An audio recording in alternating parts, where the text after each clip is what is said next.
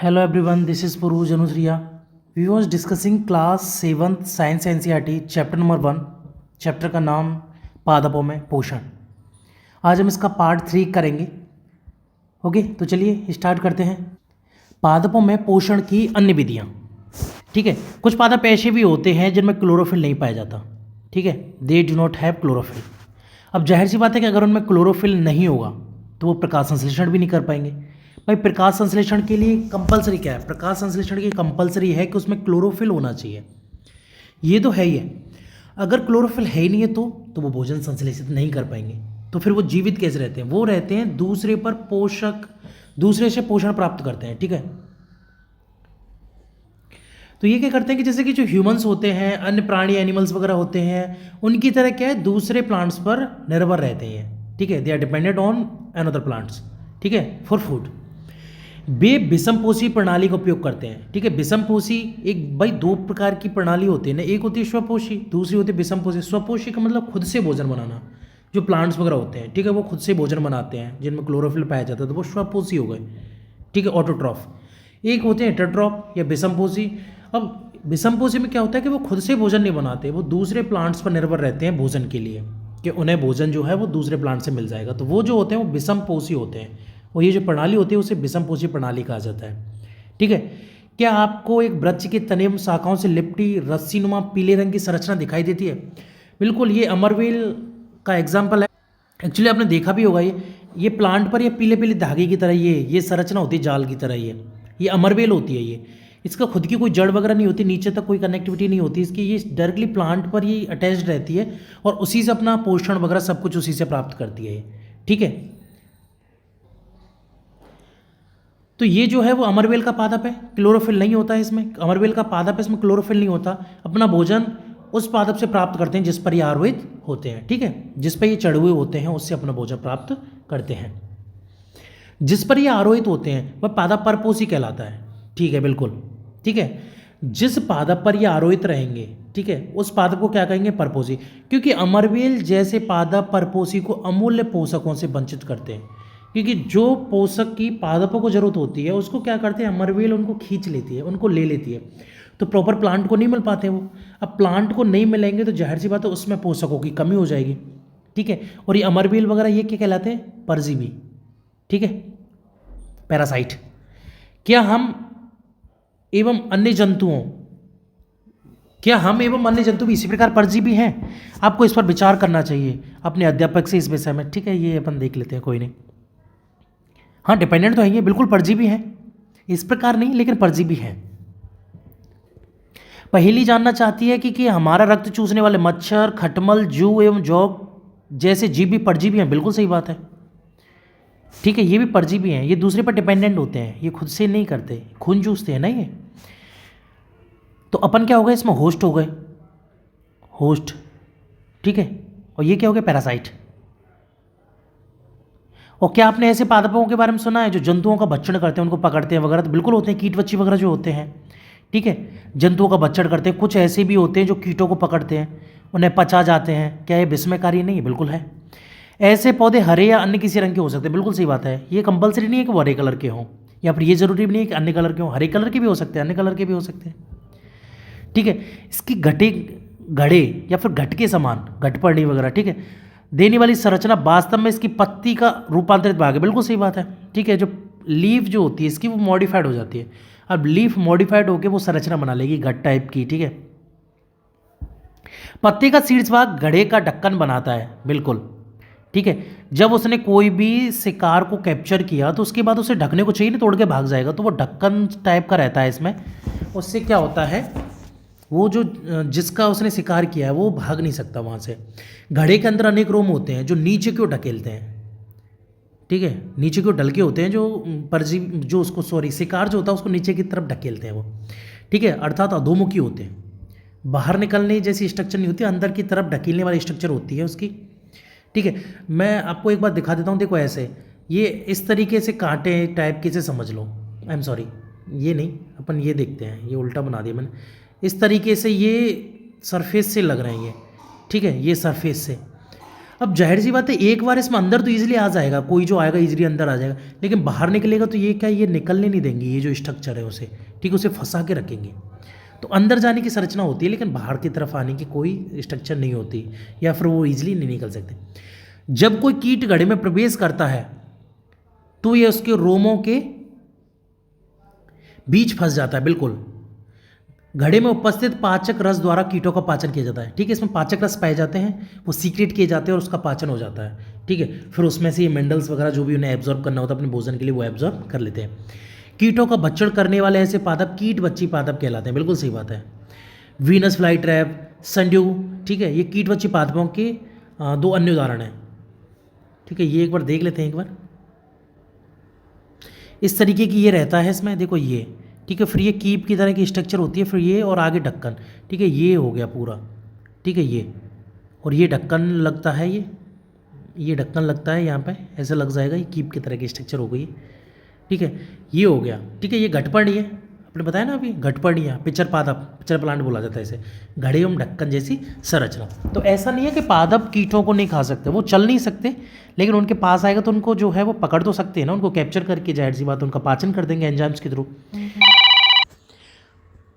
क्या यह संभव है कि इस प्रकार के पादपों को मृदा से वे सभी पोषक नहीं मिल पाते जिनकी उन्हें आवश्यकता है? बिल्कुल, ठीक है। आगे देख लेते हैं मृतजीवी सैप्रोफाइट। ठीक है, इसमें आपने मार्केट में क्या मशरूम देखा होगा, छत्रक जैसे बोला जाता है। ठीक है, ये मशरूम क्या होता है, ये सैप्रोफाइटिक होते हैं। ठीक है, मृतजीवी ये क्या होते हैं, वर्षा के दिनों में वृक्षों की सड़ी गली टूटी टहनियों तनों या छालों पर छाते के समान संरचना के गुच्छे आपने देखे होंगे। ये क्या होता है, मशरूम होते हैं।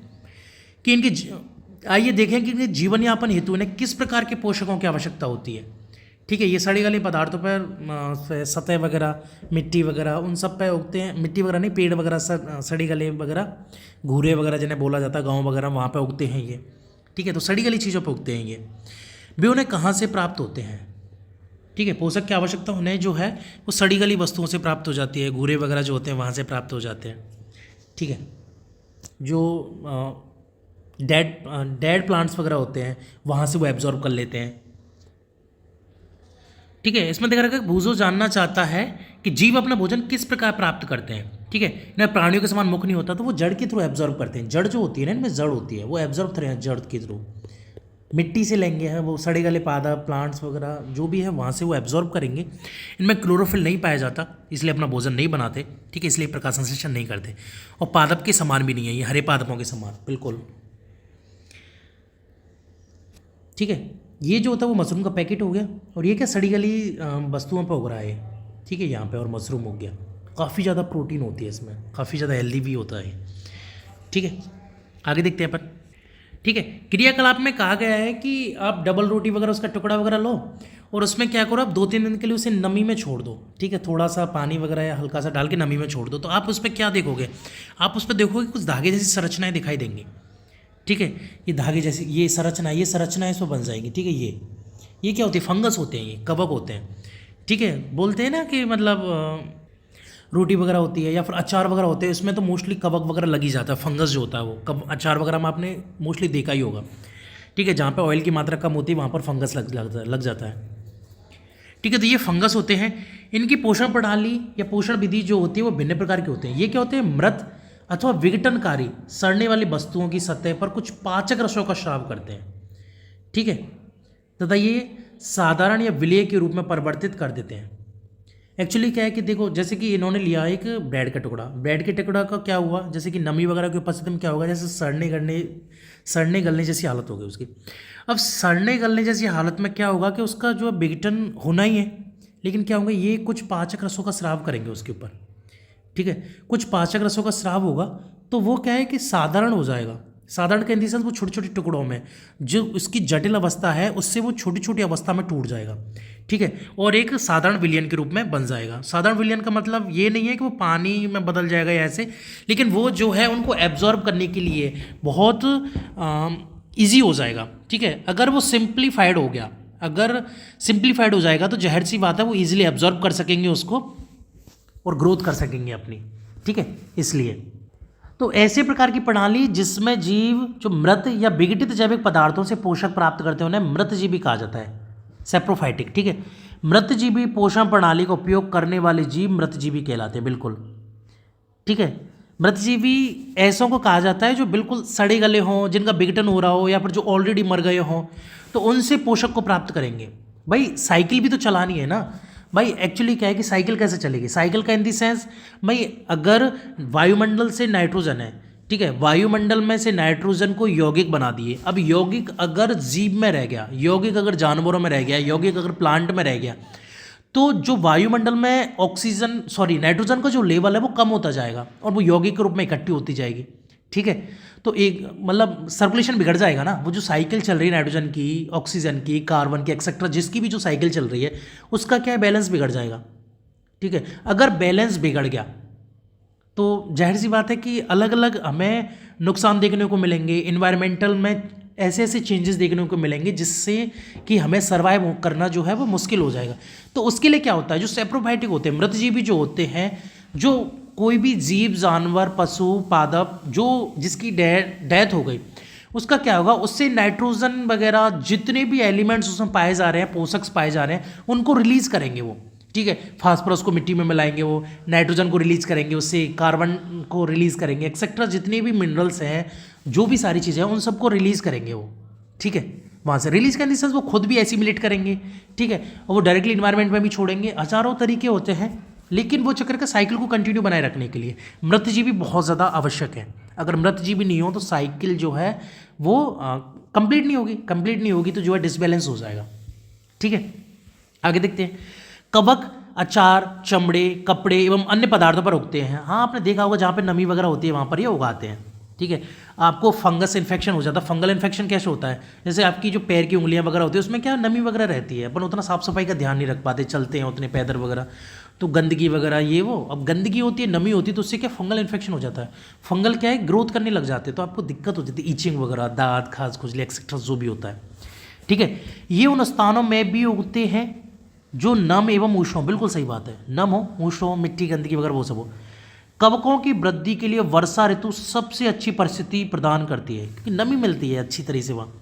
इसी कारण वर्षा ऋतु के दौरान अनेक वस्तुएं कवकों की वृद्धि के कारण नष्ट अथवा अनुपयोगी हो जाती है। बिल्कुल सही बात है, ठीक है।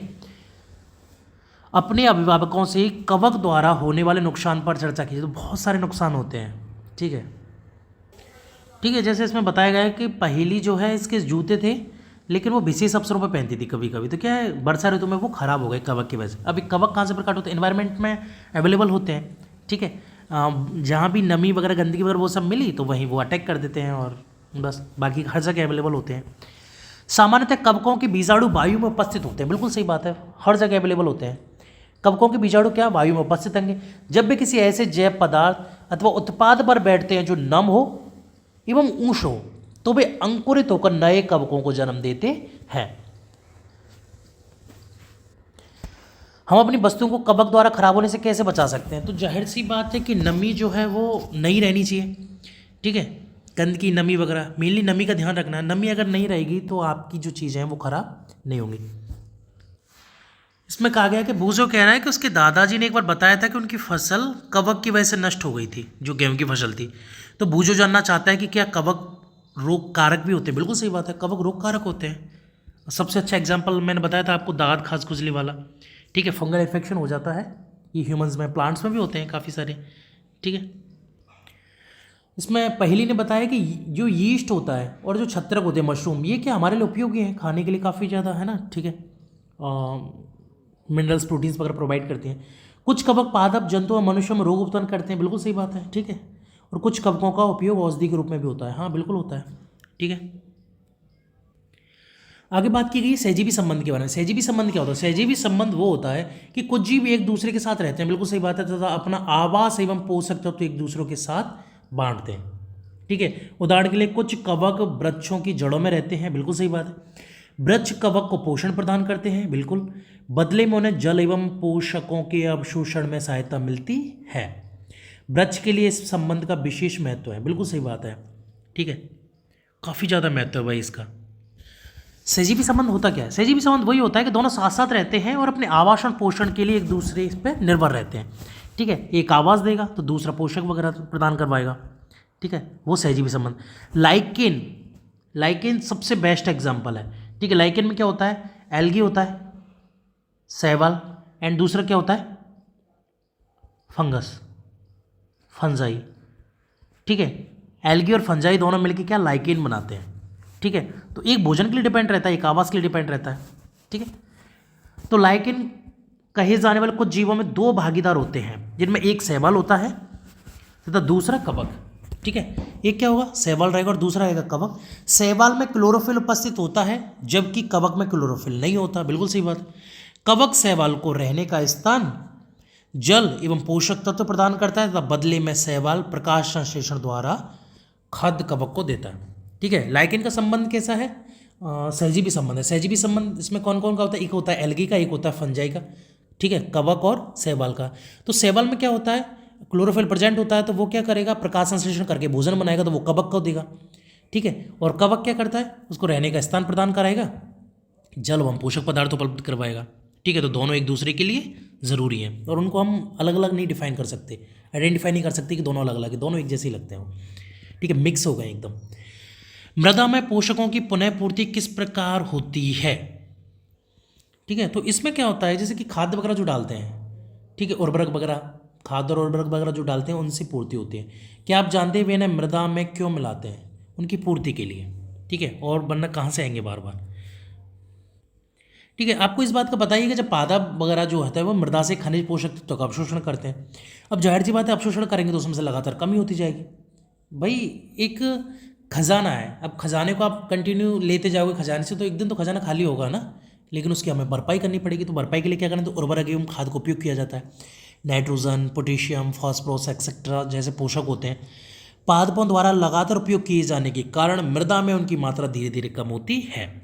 इसलिए मृदा को इन पोषक तत्वों से समृद्ध करने के लिए भूमि में उर्वरक एवं खाद मिलाए जाते हैं। हमें पादप के पोषण की आवश्यकता के बारे में ज्ञान हो तो हम न केवल पादपों को उगा सकते हैं बल्कि उन्हें स्वस्थ भी रख सकते हैं, बिल्कुल सही बात है। पादपों को प्रोटीन बनाने के लिए सामान्यतः नाइट्रोजन की अधिक आवश्यकता होती है, बिल्कुल सही बात है। नाइट्रोजन मेन कंपोनेंट होता है, अमीनो एसिड से मिलके क्या होते हैं, ठीक है, अमीनो एसिड से मिलके बने होते हैं प्रोटीन। मोनोमर इकाई हो गई ना इसकी, प्रोटीन की मोनोमर इकाई क्या होती है, अमीनो एसिड। अमीनो एसिड के लिए मेन कंपोनेंट होता है नाइट्रोजन, और भी होते हैं लेकिन नाइट्रोजन इसमें मेन होता है, ठीक है।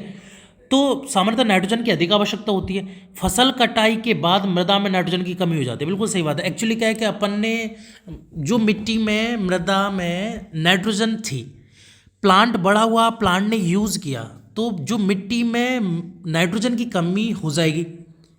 भाई प्लांट ने यूज़ कर लिया तो कमी तो होगी ना। अब उस कमी को कैसे पूरा किया जाए, तो खाद और उर्वरकों के द्वारा पूरा किया जाता है। यद्यपि वायु में नाइट्रोजन गैस प्रचुर मात्रा में पाई जाती है, परंतु पादप इसका उपयोग इस प्रकार करने में असमर्थ होते हैं, क्योंकि सबसे ज़्यादा नाइट्रोजन पाई जा रही है ना वायु में, वायुमंडल में 78% जो है वो नाइट्रोजन पाई जाती है, 78% तक। लेकिन फिर भी प्लांट जो है इसके लिए हमेशा तरसते हैं, क्योंकि वो डायरेक्टली इसको नहीं ले सकते, नाइट्रोजन डाइऑक्साइड फॉर्म को वो डायरेक्टली नहीं ले सकते, ठीक है। तो वो इसके यौगिक लेंगे। अब यौगिक जो है वो मतलब प्लांट तो नहीं बनाएंगे, अब कोई तो चाहिए जो यौगिक बनाए उसके लिए, ठीक है। लेकिन वो कार्बन डाइऑक्साइड वगैरह जो होती है उसका उपयोग डायरेक्टली करते हैं, प्रकाश संश्लेषण में डायरेक्टली यूज होता है उसका। पौधे नाइट्रोजन को विलेय के रूप में ही अवशोषित कर सकते हैं, बिल्कुल यौगिक होगा और वो विलेय हो जाएगा, वाटर वगैरह मिक्स वगैरह होके उस रूप में उसे एब्जॉर्ब कर सकते हैं। कुछ जीवाणु जो राइजोबियम कहलाते हैं वायुमंडलीय नाइट्रोजन को विलेय पदार्थों में परिवर्तित कर देते हैं, यौगिकों में उसको कन्वर्ट कर देंगे। राइजोबियम हुआ, नाइट्रोसोमोनास है ना, नाइट्रोबैक्टर, काफ़ी सारे होते हैं ये, वो उसको क्या करेंगे, उसको यौगिकों में कन्वर्ट कर देंगे, तो ये विलेय के रूप में हो जाएगी। अब इसको क्या डायरेक्टली एब्जॉर्ब कर सकते हैं, परंतु राइजोबियम अपना भोजन स्वयं नहीं बना सकते। हाँ सही बात है, वो अपना भोजन नहीं बना सकते स्वयं, तो वो क्या करेंगे, चना, मटर, मूंग, सेम इन अन्य फलीदार पादपों की जड़ों में रहते हैं, ठीक है, और उन्हें नाइट्रोजन की आपूर्ति करते हैं, ठीक है। राइजोबियम वगैरह क्या होता है, जितने भी लेग्यूमिनस प्लांट होते हैं, लेग्यूमिनस प्लांट का मतलब जो फलीदार होते हैं, जो दाल वगैरह जो होते हैं, उनमें क्या होता है, उनकी जड़ों में रहते हैं ये, ठीक है। गांठ गांठ पाई जाती है उनकी जड़ों में, आप कभी उखाड़ के देखोगे तो पता चले गांठ गांठ पाई जा रही है, ठीक है। तो उसकी जड़ों में रहते हैं, ये उससे भोजन प्राप्त करते हैं और उसको क्या है, नाइट्रोजन प्रोवाइड करवाते हैं, ठीक है। अधिकतर दालें फलीदार पादपों से प्राप्त होती हैं, सही बात है। इसके बदले पादप राइजोबियम जीवाणु को आवास एवं खाद्य प्रदान करते हैं, उसको भोजन भी देंगे और उसको रहने को जगह भी देंगे। अतः उनमें सहजीवी संबंध होता है, बिल्कुल ठीक है, सहजीवी संबंध उनमें पाया जाता है। इस संबंध का किसानों के लिए विशेष महत्व है, बिल्कुल सही बात है। ये संबंध जो होता है बहुत ज़्यादा इंपॉर्टेंट है किसानों के लिए।